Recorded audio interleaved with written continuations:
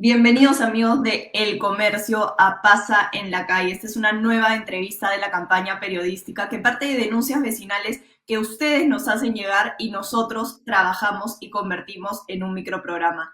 El tercer episodio fue Cruzar la pista deporte extremo. En este, el equipo de Pasa en la Calle salió a la vía pública y puso a prueba la ciudad de Lima. ¿Qué pasa si uno quiere cruzar la pista con una silla de ruedas o con un coche? Bueno, para que puedan entenderlo un poco más, vamos a ver en esto, acá mismo, los primeros minutos del microprograma que fue emitido este martes en las redes sociales y la web del Comercio, para que ustedes puedan ver por qué cruzar la pista en Lima es un deporte extremo. Oye, deja pasar, pues. Cruzar la pista en Lima es un deporte extremo si esperamos a que nos cedan el paso. Todas las mañanas y todas las tardes se libra una guerra entre peatones, ciclistas y choferes de auto por intentar pasar. Pero hoy día vamos a hacer una prueba un poco más interesante. Tratar de cruzar con un coche de bebé y con una silla de ruedas para ver qué es lo que pasa.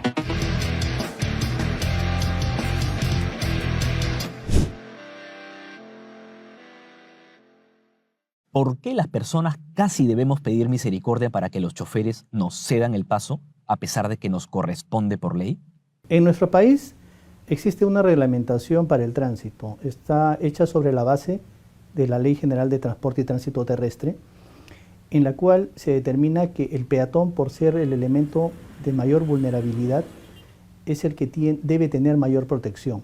Todas las personas, los demás actores, tienen que respetarle y darle la prioridad al peatón. Estamos yendo a uno de los lugares donde más gente se muere atropellada por intentar cruzar la pista, según el Observatorio Nacional de Seguridad Vial del MTC, que es el cruce de Canto Grande con San Martín, en San Juan del Lurigancho. Allí ocurrió el último choque con muertos registrado en esta zona. Entre todas las personas que quieran cruzar la pista en este lugar, siempre habrá alguna que pierda la vida. Porque cruzar la pista en Lima es como jugar a la ruleta rusa. El peatón, como bien dice el reglamento, cuando está haciendo uso de una vía pública, se le tiene que conceder todos los derechos y todos estamos en la obligación de protegerlo, porque hay que tener en cuenta que así sea el rol que cumplamos en el tránsito, siempre volvemos a ser peatones en algún momento. En la práctica vemos a un peatón en permanente estado de indefensión, porque la infraestructura vial que se habilita, que se construye, solamente está pensada en el vehículo. Antes de comenzar el experimento nos preguntamos qué opinan los ciudadanos. Para eso, acompáñanos a revisar juntos el WhatsApp de Pasa en la Calle, que es donde recibimos todas las denuncias que ustedes nos envían. Vivir en Lima. Bueno, y este es un problema que nos afecta a todos en nuestro día a día y que lamentablemente ya tenemos interiorizado, ¿no? En el microprograma se mencionaba que no se puede salir a la calle de manera tranquila. Nosotros tenemos que pedir, por favor, los peatones para que nos dejen cruzar la calle. ¿Cómo hacemos para solucionar este problema? Y se puede solucionar este problema. Para eso estamos con dos expertos que van a conversar con nosotros acerca de esto. Estamos con Patricia Alata, directora de conocimiento de Lima Cómo Vamos, y también con Aldo Facho, de arquitecto urbanista y cofundador de la Red Latinoamericana de Urbanistas. ¿Cómo están? Bienvenidos. Buenos días, Francesca, un gusto acompañarles. Hola Francesca, hola Pati, un gusto estar aquí también. Gracias por la invitación. Listo. Entonces, luego de ver este microprograma de Paz en la Calle, ¿qué tan peligroso es para una persona salir a las calles de Lima? Cuando uno sale de su casa, ¿está en un ambiente seguro? El que quiera puede responder y también pueden conversar entre ustedes si así desean. Pati, ¿quieres empezar? Dale, de acuerdo. Sí, de hecho, esta es una problemática sumamente importante y que lamentablemente durante muchos años ha sido una condición que se ha naturalizado en nuestra cotidianidad. ¿A qué me refiero? A que ha sido parte de nuestro día a día, ver con normalidad todos los días siniestros de tránsito en las noticias de la mañana, en ver de que ha habido algún fallecido, algún herido, en que ha habido un choque, y tomarlo como si fuera parte de vivir en una ciudad. Y eso no está bien. y no debería de serlo. Y afortunadamente en este momento ya estamos generando discusiones y exigencias respecto a esta temática. También durante muchos años, este ha sido un problema, no es nuevo, ¿a qué me refiero? No es algo que ha ocurrido en los últimos años, nos ha acompañado durante mucho tiempo. Y de hecho, cuando nosotros vemos las estadísticas, desde el 2011 hasta ahora, el promedio de personas que mueren en las vías es de 3.000 al año a nivel del país, y que es muchísimo. Son más personas las que han muerto en las vías que las que mueren víctimas de homicidios, ¿no? Y sin embargo, los homicidios evidentemente son hechos que también queremos evitar, pero que sí consideramos, ¿no? Los tenemos en la agenda, en la discusión del día a día, pero lamentablemente esto ha sido durante muchos años normalizado. Afortunadamente, discusiones como estas y también ya procesos de cambio que se vienen dando a nivel local y provincial en muchos casos, y evidentemente también promovidos a nivel nacional, están generando estas discusiones y finalmente están buscando acabar con esta visión de que es parte de vivir en la ciudad la posibilidad de morir atropellado, y eso no debería ser así y no debe de ser así. Aldo, querías comentar. Sí, ¿se me escucha? Sí, perfecto. Hola. Perfecto. Sí, bueno, coincido con Patti totalmente. Aquí yo creo que hay dos problemas de fondo, como conversábamos antes de iniciar la grabación. El primero es que para el Perú, te hablo como país, como nación, para el Perú, las calles están pensadas para que transiten vehículos, no personas. Y esto en todas las escalas que podemos analizar, desde los reglamentos nacionales, el reglamento de edificaciones, por ejemplo, donde la sección mínima para la calle destina el 75% del espacio vial para autos, 2 carriles, estacionamiento, y solamente el 25% para veredas, con una medida mínima de 1,20 m y hasta 60 en algunos casos, ¿no? Que sabemos que es insuficiente para que caminen 2 personas de manera cómoda. Además, y ni te digo los reglamentos del Ministerio de Transporte, que evidentemente reglamenta vías nacionales, por ende está enfocado en el tránsito de vehículos y vehículos grandes y pesados, ¿no? Esto además lo vemos en cómo se proyectan las obras en nuestras ciudades. Todas están pensadas para hacerle más fácil la vida al conductor, como si el problema fuera que transiten más autos o más rápido. Y nos olvidamos que en el fondo el auto es un vehículo ¿para qué? Para transportar personas, porque en el fondo, lo que buscamos resolver siempre en las ciudades es el tránsito de personas, no de vehículos. Hay diferentes tipos de vehículos como medios, desde la bicicleta hasta el metro, pasando por todos los intermedios. Entonces, si no entendemos que el problema debiera ser el traslado más eficiente, más seguro y sostenible de personas, nunca vamos a estar por delante del problema y jamás la persona va a ser un componente del espacio público, porque vamos a estar siempre buscando cómo ampliar la pista para que pasen más carros, sabiendo que eso no es la solución. Aparte, esta cifra que mencionabas es bastante importante, que casi el 80% de personas en Lima usa el transporte público. Eso involucra que esta cifra sea también la cifra de personas que son peatones, ¿no? Porque, a ver, si una persona está en un auto privado, sale de un estacionamiento, llega a un punto, se baja y nunca tuvo que ser peatón. Sin embargo, una persona que se mueve en otros medios sí tiene que ser peatón y no se está pensando en 8 de cada 10 personas, más o menos. Sí, por supuesto. Bueno, ahí, Lima, ¿cómo vamos, Pati? Ustedes tienen estadísticas bastante interesantes. Inclusive en la penúltima encuesta incorporaron la intermodalidad, donde obviamente el principal, o sea, no somos personas, no somos vehículos, nos movemos a pie, los que podemos y los que no utilizamos otro tipo de sistemas que nos facilitan movernos. Todos, hasta que conduce un auto, se mueve a pie, porque entre que sale de su vivienda y accede al auto y baja del auto y va a su destino, no podemos olvidarnos que la principal manera de movernos en la ciudad es a pie y que todo lo otro son vehículos para poderlo trasladar de forma más rápida, eficiente y segura. Sí, a ello quisiera añadir justamente en línea a lo que menciona Aldo, es que justamente esta poca percepción que tenemos de que somos peatones, ¿no? Absolutamente todas las personas que vivimos y convivimos en las ciudades, es sumamente importante, ¿no? De hecho, cuando nosotros hacíamos esta encuesta tanto de intermodalidad, ¿no? Donde efectivamente la mayoría de personas indica que camina, porque uno camina ya sea al ir al paradero o al bajarse o sea, la única forma en la que no camines en la ciudad es efectivamente si es que solamente te movilizas en tu auto privado. Y las personas que tienen auto privado en realidad son muy pocas en la ciudad. Claro. Pero además también está el hecho de los motivos por los que salimos a la calle, ¿no? De hecho, nosotros hacemos mayor fuerza en los viajes por trabajo, por estudios, que son por los que uno pues generalmente hace los viajes más largos, los viajes principales.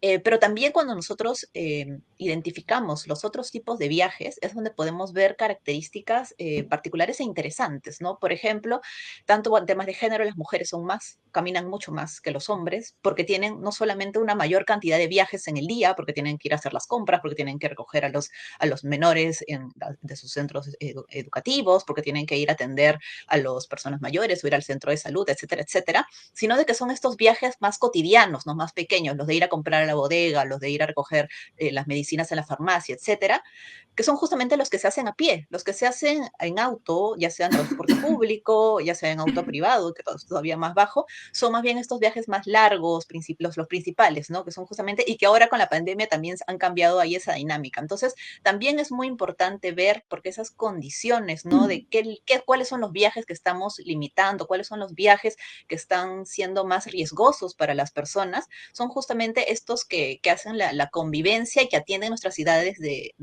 necesidades del día a día. Otro punto que quería también añadir a la discusión que me parecía importante, en línea también a este foco que daba Aldo de las prioridades que tenemos como la ciudad, es de que no solo, o sea, estamos dándole la prioridad al auto frente a las necesidades de las personas, pero no solamente al auto en sí mismo, sino a la velocidad, ¿no? O sea, diseñamos para que el auto vaya rápido y pensamos que la velocidad es lo que nos va a hacer que nosotros lleguemos a nuestro destino más rápido. Y es la velocidad lo que mata a las personas, porque la Exacto. velocidad no nos permite atender adecuadamente, ¿no? Las distintas señales, nos permite ver los imprevistos, y también la velocidad está en parte del diseño, o sea, la ciudad está diseñada para que vayamos rápido, para que Justamente incumplamos las esto, normas. Ujú. ujú, eso mismo viene entonces de un problema muchísimo más grande, que es cómo está pensada la ciudad, porque la ciudad está pensada para autos y como tú bien dices, el auto lo que quiere es ir más rápido, llegar más rápido. ¿Y qué pasó con el que va a pie, no? Ya no se piensa en esto. Sí, y Tal eso es cual. consecuencia justamente de esta mala visión que tenemos de cómo movilizarnos en la ciudad, porque ahí nosotros es algo que hacemos mucho hincapié, para llegar a nuestro destino en menor tiempo no necesitamos velocidad, necesitamos fluidez, y la fluidez se consigue de otras formas, no necesitas ir a 60 kilómetros por hora, es decir, uno va rápido porque sabe que los semáforos no están sincronizados, porque sabe de que no necesariamente las señales, el diseño en sí mismo te va a ayudar a que tú llegues a tu destino, que puedas programar tu viaje y que sepas que efectivamente todas las veces te va a tomar 20 minutos ir a donde sea que tengas que ir, o el tiempo que te tome. Entonces, este mal diseño es el que hace de que las personas que conducen vayan rápido porque intentan ganarle al sistema en el que están metidos, ¿no? Pero en realidad, si nosotros buscáramos fluidez, y eso va acompañado tanto del diseño como de la fiscalización y en la misma sincronización de semáforos, etcétera, eso es lo que nosotros, yendo a 30 kilómetros por hora, podríamos llegar a nuestro destino en un tiempo adecuado, que es la lógica que sigue el sistema de transporte público masivo, ¿no? Nuestro sistema de transporte público masivo no necesitan ir a una alta velocidad porque son justamente los carriles segregados, la temporalidad con la que pasan, lo que busca que lleguen a estos destinos de manera rápida. Entonces, es ahí también un chip que tenemos que cambiar y que a la vez es lo que complica que las personas optemos por modos como ir caminando a un lugar o como usar transporte público, porque ya tenemos en nuestra cabeza que efectivamente son modos donde vamos a llegar más lento, pero vamos a llegar más lento no solamente porque la velocidad es menor, sino porque hay un montón de impedimentos que hacen que nuestro viaje efectivamente sea más largo, como el no saber en qué momento vas a poder cruzar el cruce peatonal porque todos los autos se meten. Exacto. Como este de Javier Prado, ¿no? Que, bueno, Claro. me parece que no salió en los primeros minutos de este microprograma, pero también Juan Pablo, junto al equipo de Paz en la Calle, van a este cruce de Javier Prado que se demora minutos de minutos de minutos en poder pasar. Aparte que está el semáforo y también está la policía. Entonces, hay cosas que tampoco se han sentido. Ujú. Claro, por supuesto, pero yo creo que, mira, para ejemplo, comparemos dos avenidas estructurales de Lima, la Vía Expresa, Paseo de la República y la Avenida Javier Prado. Si vemos las dos avenidas, hablemos de vehículos, no hablemos de, digamos, de veredas, porque en ambos casos las veredas son escasas, pero hablemos de vehículos. En ambos, perfectamente, digamos, la consecuencia de pensar una infraestructura vial para el traslado de personas y una para el traslado de vehículos. La vía expresa fue planificada en el año 60. Fue el primer corredor de transporte segregado de Sudamérica. O sea, fuimos pioneros en diseñar nuestras vías para el traslado de personas por sobre el traslado de vehículos. Si tú vas, yo uso mucho el metropolitano, si tú vas en hora pico, mañana, tarde, lo que fuera, te paras en un puente, como el metropolitano, como dice Pati, avanza a una velocidad de servicio decente, 40 kilómetros no pasa, pero tú sabes que de Miraflores al centro de Lima llegas en media hora. En cambio, ves los autos que según la hora del día van más despacio o van más rápido. Está clarísimo, pero además ir en auto tiene costos asociados. O sea, digamos, no solamente es el hecho del tiempo, el combustible que tienes que consumir, sino también es la propiedad, el vehículo que tienes que tener en propiedad. ¿Dónde lo estaciono? ¿Dónde lo guardo? Si me lo roban, si me lo toco, se me malogra. O sea, conducir un vehículo en las ciudades como, en cualquier ciudad, pero en particular Lima, es cargarle al usuario un costo muy elevado que no todos estamos en capacidad de asumirlo. Y además, Francesca, el problema es que como seguimos diseñando vías para vehículos, pasa lo que pasa en la Javier Prado, donde reina el taxi colectivo. O sea, ¿quién va a ser el del puente Óvalo Monitor? El taxi colectivo, que va a tener un shortcut, o sea, va a poder ir más rápido ahora y va a ganarle mucho más al corredor rojo, que ahora está más atascado todavía en las vías laterales. Entonces, ¿para quién estamos trabajando? Esa es la pregunta. Lo que se conoce como la guerra del centavo, ¿no? Mientras más rápido, más plata pueden sacar. Volviendo a esto de la ciudad, pensar en el peatón y no en el auto, ¿hay alguna ciudad, algún vecino en Latinoamérica que sea un ejemplo para Lima? Sí, mira, yo siempre pongo como ejemplo la ciudad de Buenos Aires, que se ha transformado. Mira, yo en el 2000, me acuerdo del 2006, cuando vine, en el 2006, la primera, no la primera vez, pero cuando vine de manera más consciente, si quieres, a entender la ciudad como ciudad. Antes era más arquitecto, ahora a partir de ahí era más urbanista. Y recuerdo mucho una ciudad hermosa que tuvo un momento de apogeo muy lindo, pero muy degradada en el espacio público. Una ciudad entregada al vehículo y bastante maltratada por ese enfoque. Y desde el 2006, más o menos 7, a la fecha, ha habido una transformación brutal de la ciudad. Obviamente que ha habido continuidad en la gestión política, proyectos que han continuado y sobre todo un cambio de enfoque hacia las personas. Esto ha permitido que se recupere gran parte de las calles del centro de la ciudad hacia las personas, con una enorme restricción vehicular. Se ha fortalecido el transporte público, se han hecho unos corredores tipo el Paseo de la República, la vía expresa, pero en superficie, no para los buses de línea, pero que van de manera ordenada. En fin, se ha generado toda una política de recuperación del espacio público para las personas y para el transporte público, lo cual ha generado que la ciudad gane muchísimo, muchísimo. No solamente gana para las personas, gana también para el desarrollo de la ciudad inmobiliario, comercial, se genera más oferta de vivienda, o sea, es un sistema integral. Claro, y creo que es importante porque hablamos mucho del transporte público en vez del auto, y creo que sería bueno si alguno de ustedes puede explicar por qué hay esta relación entre la seguridad del peatón y el transporte público y no el auto particular, que como decían al inicio, trata de ir más rápido, dado el diseño de nuestra ciudad, ¿no? Sí, ahí puedo. Sí, nada, si partimos de la pirámide de la movilidad, que es básicamente, ¿no?, este esquema donde se pone como prioridad encima al peatón, luego sigue el transporte público, transporte de carga y auto privado al final, bicicletas, me olvidé, perdón, después de peatones, es justamente por el nivel de vulnerabilidad que tienen, ¿no? Efectivamente, una persona que está caminando, sabemos que es la más vulnerable por distintos factores, pero también la que tiene, por los modos en los beneficios que se trasladan hacia, no solamente hacia las personas, sino hacia la ciudad, ¿no? Entonces, si nosotros sumamos diversos elementos, como es tanto que el transporte público es para la ciudad y para muchas de las ciudades de la región, es el modo que más se usa, ¿no? Es el modo más masivo. De por sí, ya mejorando el transporte público, haciéndolo de calidad, y no solamente en términos de las condiciones del mismo, sino en el servicio en cuanto a extensión de la ciudad, que también es otro punto muy importante, ¿no? Hay muchas personas que no pueden usar un servicio público de transporte público seguro porque no es parte de su ruta, o sea, no llega hacia a donde están viviendo. Entonces es imposible pedirle a una persona que suba al metro cuando no es parte de su cotidianidad, ¿no? Entonces, pero también al estar diseñado de una forma más adecuada, ya que estamos hablando ya principalmente del sistema integrado, no del transporte público tradicional, Claro. que efectivamente es el que más bien ha estado incitado a que vaya a velocidad, porque cada persona que ingresa es el ingreso diario de las personas que trabajan en ese sistema. Es justamente donde también se permiten reducir tanto la velocidad y por lo tanto la cantidad de personas que mueren o son víctimas en las vías. Ahí es muy importante resaltar este mensaje de que la seguridad vial es un tema de salud pública, ¿no? Es un tema de salud pública y es un tema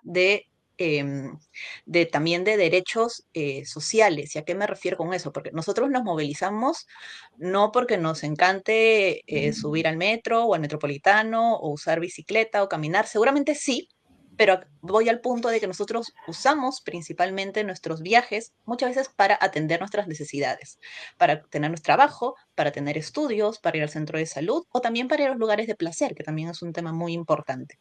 Entonces, limitar nuestra capacidad de movernos, que finalmente es eso. Si no tenemos las alternativas, estamos limitando nuestra capacidad de movernos, porque si consideramos que solamente el transporte privado es el que nos permite llegar de forma segura, rápida, etcétera, a un lugar, estamos viendo limitadas nuestras capacidades, también estamos limitando los derechos de las personas, ¿no? Y justamente ahí los efectos más bien son justamente esta poca capacidad de desarrollo económico, porque hay zonas donde efectivamente el transporte público no llega, entonces el costo del viaje es muy alto, hay personas que gastan aproximadamente 10 soles para poder movilizarse, porque tienen que usar muchos tipos de transporte público, o sumar, hay diversos modos, frente al ingreso que perciben, ¿no? Entonces, esos también son otros elementos que es muy importante tomar en consideración.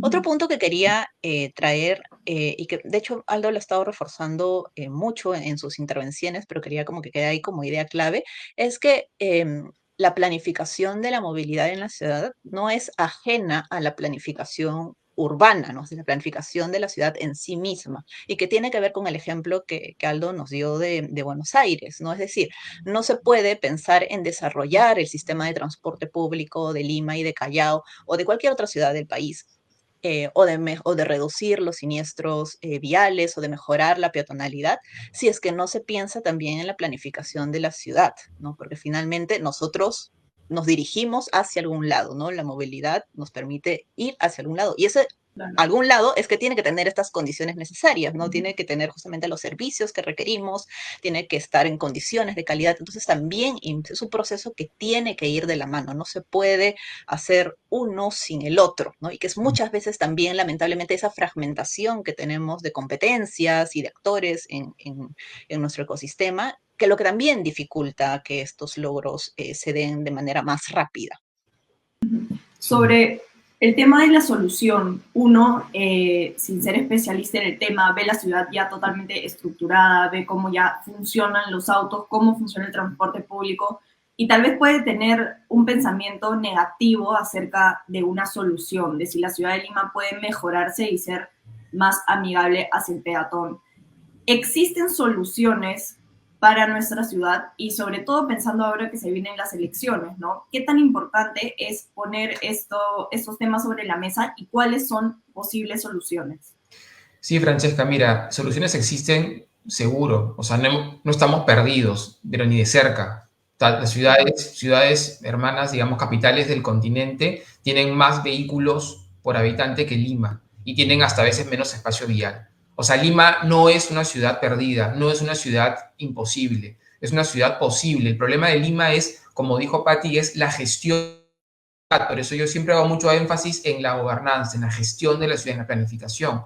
Cuando se crea la ATU, se crea como una reacción a un problema de gobernanza, porque Lima, como metrópoli, no estaba gestionando bien los espacios públicos viales, porque seguía enfocada en el auto y no en el peatón. Esto fue la gestión Castañeda, que bloqueó, digamos, ralentizó, encarpetó la reforma del transporte y se enfocó en obras viales. Ante esta frustración, se asume que el problema es la incapacidad y en verdad era el no interés y se crea una autoridad que sale de Lima y se va al MTC ahora, lo cual complejiza más todavía la gestión del tránsito en Lima. ¿Por qué? Porque ahora la metrópoli no tiene autonomía para gobernar las calles, sino tiene que consensuarla o trabajarla con una autoridad que es nacional, ¿no es cierto? Y que asocia a las dos provincias. O sea, se ha complejizado más todavía la gobernanza y por eso es que en esta gestión de Muñoz, que digamos, no voy a evaluarla ni voy a juzgarla,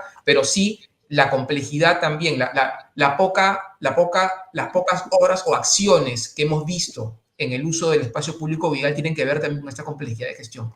Dos temas más.